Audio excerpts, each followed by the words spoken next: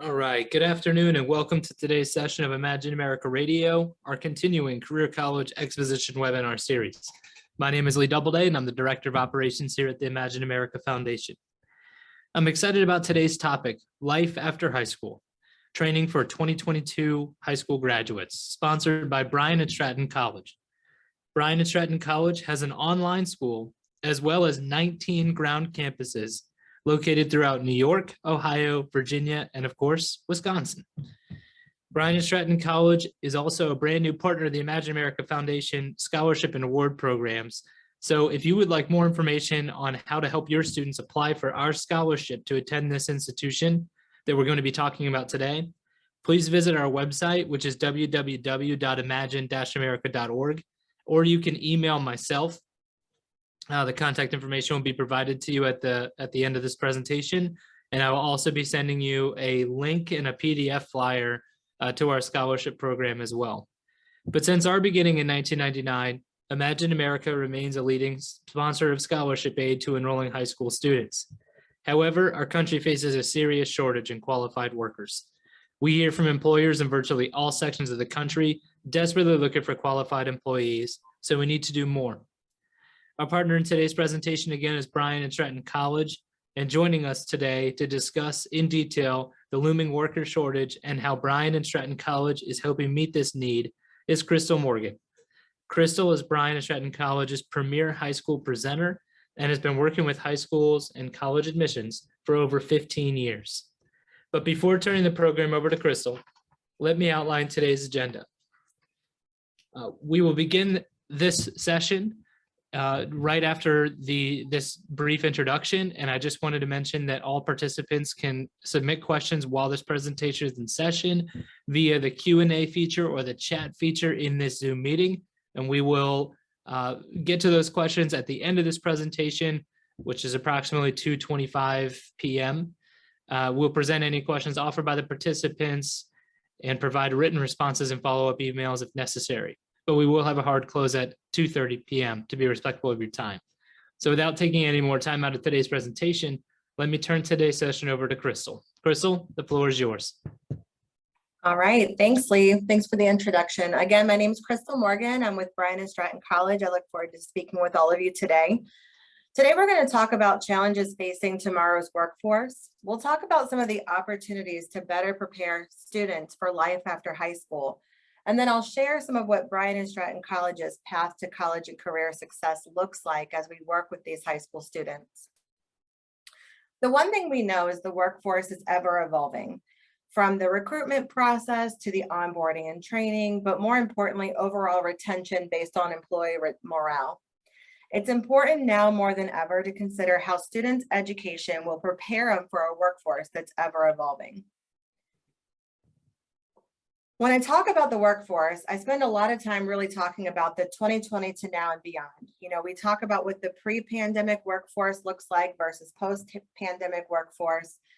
And I know that in each of our sectors and, you know, even in our local communities, when you go out to various retail, restaurants, medical facilities, you can see and feel that there's a difference. You know, there's a shortage of employees, you know, roles have changed, the way that we do business has changed.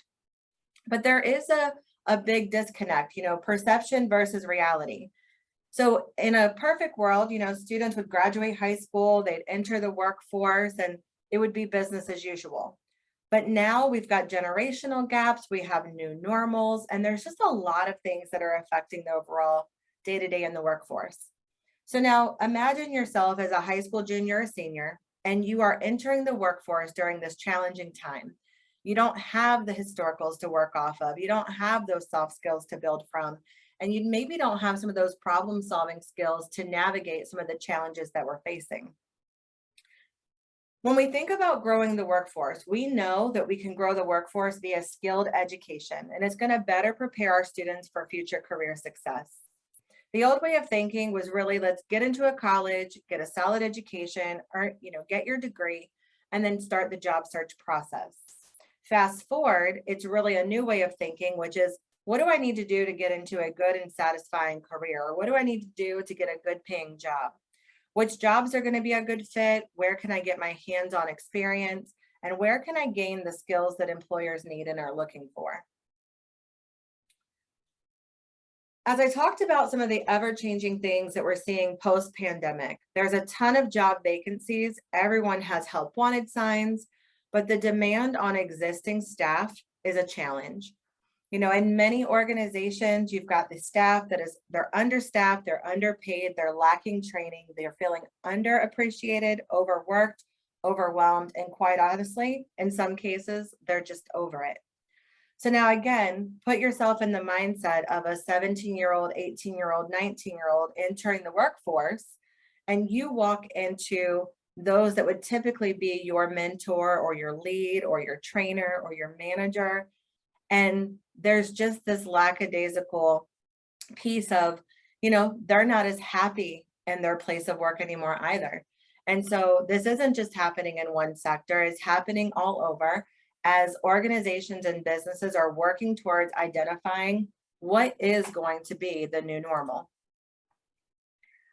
So as we think about opportunities to really prepare students for life after high school, right? Because the reality is, no matter what, they're going to graduate, they're going to move on, and there's going to be opportunities for them to join the workforce. So we want to make sure that they're prepared. Well, the first part of it is you play an important role. Counselors and teachers truly are the career catalysts who help change and mold their lives. You may perhaps be the only one giving them real facts about college and career readiness. We know that high school students need to learn and understand how high school prepares them for college and how college prepares them for a career. You may again be the only one that provides them that motivation needed to think about and pursue a successful life after high school, really starting with attending college or a trade and deciding on which college or colleges are the best fit for them.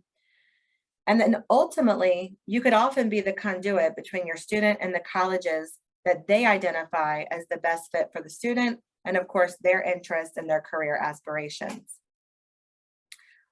What we know is that today's workforce needs an infusion of skilled workers. So when we think about what that looks like, first and foremost, we need to help young adults to understand what is the difference in a job versus a career.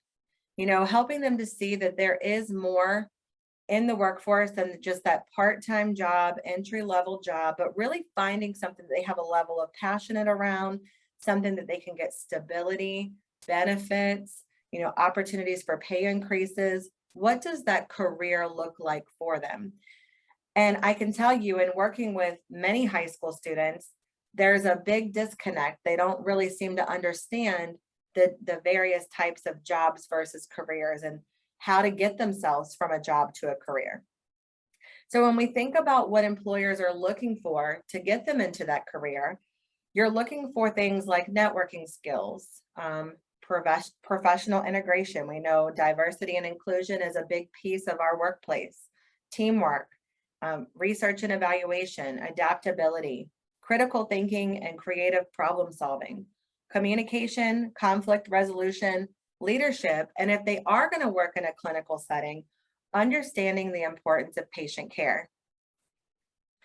So how can we help our students to determine their interests? First and foremost, you want for them to explore a variety of career options. I can tell you, in working with high school juniors and seniors, it's not uncommon for me to work with a student, and over the course of the time that we're discussing their future, they may start out looking at a paralegal program, then looking at a business program, and ultimately deciding that they want to go into a medical program. They're still exploring all of the different career opportunities, but they're trying to figure out where they fit, where they're going to see success, and where they're going to be most successful, both in the classroom and upon graduation. So as you get them thinking about the types of careers they could go into, there are career clusters. And so you can help them to see, are they a doer? Do they enjoy working with their hands on projects that allow them to be physically active? Typically, your doers are classified as being practical, stable, self-controlled, and independent. So you might get someone who wants to be a dental technician, a police officer, a physical therapist, an engineer, or a licensed practical nurse, just to name a few. Are they an investigator? Are they observant and curious? They're typically inquisitive and intellectually self-confident, as well as quite logical. That might be a pharmacist or a science teacher, a nurse, a librarian, a veterinarian. Perhaps they're an artist, someone with that creative self-expression, innovative, imaginative, unconventional, love working freely. They put their emotions into their work. That could be someone who's a musician, a florist, a painter, an entertainer, a graphic designer, cosmetology. Again, those opportunities are endless once they kind of understand that that's more of the creative person that they are. The other area would be, are they a helper? Helpers enjoy jobs that allow them to interact with people. This may include new skills or helping with personal problems.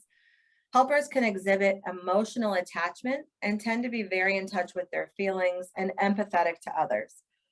So when you think about a helper, that would be, a nurse or a dietitian. Maybe it's going to be a paramedic, a counselor or a social worker, a childcare provider, or even a receptionist. When you think about all those categories, they could be very different from one another. But again, if they enjoy helping others, they can now narrow it down to say, I know that I enjoy helping others, but what avenue do I want to go? What career progression do I want to see? Are they an entertainer? Entertainers are most often self-confident, social, and adventurous. It really includes making decisions, selling products, leading groups, and debating politics. It could be your banker, a branch manager, a travel agent, a business manager, a lawyer, or an advertising agent, just to name a few. And then we have our detailers. Our detailers are conventional people who enjoy collecting and organizing. They work well within a system and are efficient and practical. Detailers enjoy playing by the rules and work well within their boundaries. So an example of that would be perhaps an accountant, an administrative assistant, a court reporter, or even a paralegal. As you talk with your student and you really have them start looking at the career exploration, figuring out what type of worker they are and what are types of careers they can get into, have them to narrow down a few. What are your top 3 career opportunities that you have an interest in? And then get them to begin researching those career educational requirements. Does it require a high school diploma and on-the-job training? Does it require a 2-year college degree, 4-year trade school, career college, community college, or apprenticeship? These students have so many options and opportunities that are out there for them that at times it can become overwhelming. And instead of making a choice to do something, they choose to do nothing. So the more that we can help them to do their research, help them to see what career opportunity is going to work best for them, the more we can help to put them on that proper path to success. When we think about the career that they have in mind and the educational piece that's going to be needed for them, we then need to really help them with what goals are going to get them there, because many times our students dream big, but that goal without a plan is simply a wish. So helping them to set those short-term and long-term goals. Where do they want to be a year from now, 3 years from now, 5 years from now? And then inside of each of those goals, creating those SMART goals, creating the plan of action to get there, and then ultimately taking action to make it happen. So really getting them in the mindset of, this is my dream, here's my goals, here's the actions I'm going to take, and then actually taking those initial steps to make it happen for themselves. The other thing that I feel like is an opportunity is really helping these young adults by providing them with educational and career pathing opportunities. The example that I'm giving is in healthcare, simply because there is such a dire need of healthcare workers currently in our country.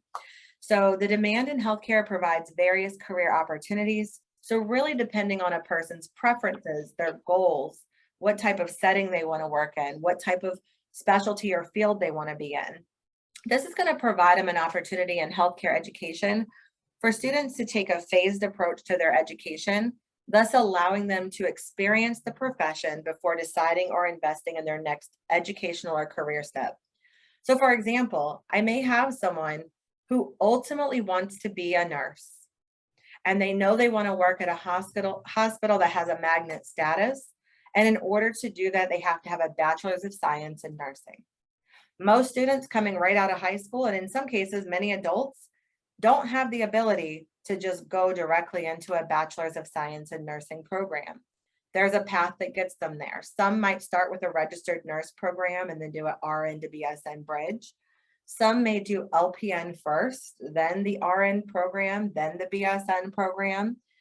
And we have some students just based on where they are, maybe academically, perhaps what their flexibility and scheduling is going to allow and what they can commit to college. They may want to start with a program that's going to be a little bit more flexible for them and start out with medical assisting. And medical assisting is a great way for students to get into the medical field, but still have some stability, but flexibility. And that's a big piece that for those in the healthcare field or know someone in the healthcare field, no, flexibility is not a real thing in the healthcare world, but for medical assistants, they're typically those 8 to 5 Monday through Friday positions. So when we talk to your students and we know the direction they're looking to go, you can do this with anything. Perhaps they want to be a lawyer. So before becoming a lawyer, what are the steps that they could take along the way? Perhaps they want to become an architect.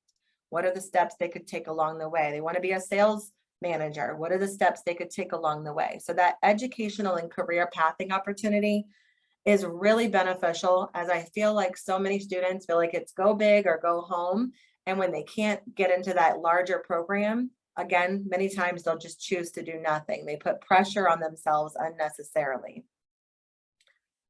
So how does Bryant and Stratton College really path and set up for our students to have college and career success? First and foremost, Bryant and Stratton College does know a thing or two about education. We've been around since 1854, so nearly 170 years of educating tomorrow's workforce. We have 20 campuses. We're 20 campuses strong in 4 different states: Virginia, Ohio, Wisconsin, and New York. And we do have an outstanding online education division. I know we are talking with educators in our Wisconsin area. So in Wisconsin, we actually have 3 campuses in Wauwatosa, Bayshore, and Racine. And at every single one of our campuses, we have a top-notch career services assistant that's going to be there to really focus on preparing graduates for that career procurement. Because again, most at this point aren't going to college because they're seeking, continual education. They're coming to college to gain the skills necessary to enter the workforce. So here's an example of the program and stackable options that we have available in our Wisconsin market. And again, this isn't an all-inclusive list. We do offer programs other than healthcare, and you can get a complete list on our website. But because again, healthcare is just such a dire need right now, I wanted to be able to show that a student could come into a 1-year program and earn a diploma as a practical nurse, billing and coding, health services administrative assistant. They could come in as an associate's degree or bachelor's degree level student. We also have students that will take the stackable approach where they start with the diploma, make sure that's really what they want to do, then have their credits transfer into their associates, and then ultimately will transfer their credits into their bachelor's. So it's really about meeting the students where they are and putting them on their correct path to career success. We do have an industry-aligned learning environment, so you can see that our medical wing provides students hands-on instruction that's going to allow them to gain real-world experience. And it's really experiences that today's healthcare employers need and are looking for. They'll learn theory, assessment skills, learn and apply soft skills in a clinical classroom environment, which not only enhances their learning experience, but it prepares them for a successful transition into their healthcare careers. And they really do all of this under the guidance of an experienced and qualified healthcare faculty. The pandemic forced us to take a look at the way that we were educating, and this is across the board, K through 12, college level. And what we've done at Bryant and Stratton College is we've really given our students the best of both worlds. We have a blended learning environment where students can learn virtually, in class, and have virtual assignments and assessments. It really gives them the support necessary, but allows them the balance and flexibility, as many of our students are working, taking care of families, while also continuing their education. They're going to get classmate interaction, question forums, regular instructor interaction, face-to-face connections, and 24/7 access because they do have access to the campus, but also access to everything in a virtual format. In our Wisconsin market, again, just talking about healthcare being such a need, some of the employers that have hired our grads is, Encore, ATI Physical Therapy, Aurora Healthcare, just to name a few. And we have that list of employers for all of our programs because we do have programs in the legal field like criminal justice and paralegal, business, IT, would be networking, and in education, we do have an early childhood education degree. We certainly don't want to forget about Bobcats athletics. So one of the unique things about Bryant and Stratton College is although we are a career-focused educator, our students do have the opportunity, if they played a sport in high school, to continue on with their athletic career. Many of our students will come complete the 2-year junior college with us and extend on and go on to a 4-year college to continue to play. So you can see we do have both men and women's athletics opportunities. The great thing about this is students can earn academic scholarships in addition to, athletic scholarships in addition to the academic scholarships that they may also be eligible for.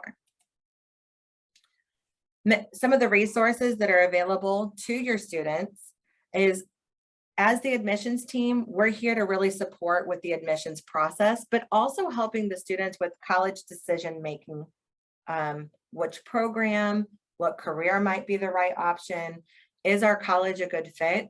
And so I always tell educators, if you have a student who's undecided, especially at this point in the year, have them come and meet with someone in our admissions team. We can talk to them about their goals and really figure out, is our college a good fit? And if not, we can help to point them in the right direction. Same thing with financial aid. We all know that when students are comparing schools, they're also comparing their financial aid packages. So students have the ability to work with our financial aid team to get that one-on-one financial aid advisement, support with completing their FAFSAs with their parents, and really answering any questions about loans, grants, and scholarships. Once they're in class, we have an academic team to support them. The instructors are accessible. And of course, there is free tutoring and advisement throughout their program. And then going back to what I shared earlier, the one thing we know is that most people these days are not going to college for the sake of getting additional education. They are going to college with that career in mind. And so our career services team, their primary mission is to make sure that our graduates are prepared for and supported throughout their career search and acquisition process. We help blend relationships that we have within the community so that our students have the ability to get into internships, gain practicum experience. We do interview prep and really do mock interviews, and then ultimately help to partner them to gain those interviews to hopefully land that first position. So what are some of the ways that we can partner? If you're in a scenario where you feel as though you have students that could benefit from speaking with myself or another member of my team, we're able to do live and in-person workshops or virtual workshops via Teams or another platform. And some of the topics that we do is resume writing and interview skills, employability skills, personal branding, social media, and even things where teachers or counselors may reach out to us and ask us to custom build a workshop specific to your needs, specific to your curriculum and classroom. Other ways that we can partner is through bus trips, field trips, career days, college fairs, and financial aid fairs. So if there are any of those that you have an interest in getting more information regarding, you can certainly reach out and contact me, and I will put you in contact with your local campus. You can also follow and research us on Facebook, Twitter, Instagram, as well as our website, bryantstratton.edu or bscbobcats.com. bscbobcats.com is where you'll get more information on our athletics. And with that, Lee, I'm going to turn it back over to you. All right, awesome. Yeah, we are going to now move this into the Q&A portion of our presentation. I've also launched a poll question. If you would like somebody to contact you regarding either coming to a classroom and speaking to students about career options after they graduate high school, or career education options, or being or inviting Bryant and Stratton to a college fair, any of these options, please indicate so in the poll so we know who to reach out to after this is over. Crystal, the first question comes in. This person wants to know more about your assessment. Earlier, you mentioned doers and helpers and entertainers. Is that an assessment that you have students take that helps them narrow down their career options? And is that accessible for any high school students? And maybe if you went into a high school and helped students figure something like that out. Yeah, absolutely. So, on our website, there is a basic search, to kind of narrow down what are your career interests. And that's more specific to degree paths that we offer. But what we do when we go into the classroom is we do the personality assessments to really help students figure out and identify career clusters. And whether we offer that program or we don't, our goal is to help everyone in the classroom kind of figure out what is their best career path forward. And so it may be with Bryant and Stratton, it may be with someone else, but we certainly want to be able to help all students to identify what those personality traits and skills would be. Awesome. Okay. And the second question has to do with, well, we use the term laddering, but essentially, can a student get into the healthcare field as sort of a medical assistant role or a program that may not take as long as other programs, and then decide, you know what, I think I do want to continue my education and morph that into a higher degree there at Bryant and Stratton? Yeah, absolutely. And I'll be honest that a high majority of our students end up taking that stackable degree approach. They may not be fully committed to the bachelor's. And so they may say, I'm going to start with the diploma first, knowing that those credits from the diploma transfer to their associates, then transfer to their bachelor's. It really helps with student retention. It helps with ensuring that they do get credentials along the way. And so many students find that valuable because they can earn a credential, go to work, start earning an income, and then go back and work for that next level in their educational and career path. Yeah, and it gives them an opportunity to sort of see, hey, do I really like this? Or do I need to consider maybe something else? So I think that's great. Yeah. And I know that you talked about it a little earlier, but can students fill out a FAFSA or federal financial aid, apply for federal financial aid to come to school here? Absolutely. So Bryant and Stratton College is a regionally accredited school, which means we do have the ability to utilize Title IV funding, utilizing the FAFSA. So when we meet with students, we help them and their families to complete the FAFSA. And then ultimately we would take a look to see what it is that they qualify to put together the best financial aid package for them to make college affordable. Great. And you said regionally accredited. Now that's the same as University of Wisconsin is regionally accredited, right? Yep, absolutely. Okay. All right, great. Well, before closing, I just want to mention a few house cleaning items here. Number one, we have recorded this session and we'll be sending that out to you likely tomorrow morning. The other thing I just want to mention is that there's a survey when you leave this meeting. If you wouldn't mind answering those questions, it's 4 questions, but it really helps us better understand, hey, did we miss anything that you were looking for that you didn't hear about? Or it really helps us improve upon these in the future. But before closing, I just want to thank all of you for taking time out of your busy schedules. I know how busy the end of the year is, and I just really appreciate you taking some time to talk to us and to hear from Crystal today. I also want to encourage you to contact her directly with any future questions. I will include Crystal's contact information in the email that I send to you tomorrow with the recording of this presentation. But on behalf of the foundation, Crystal and myself, I want to thank you for joining us and wish you a great rest of your day. Bye-bye.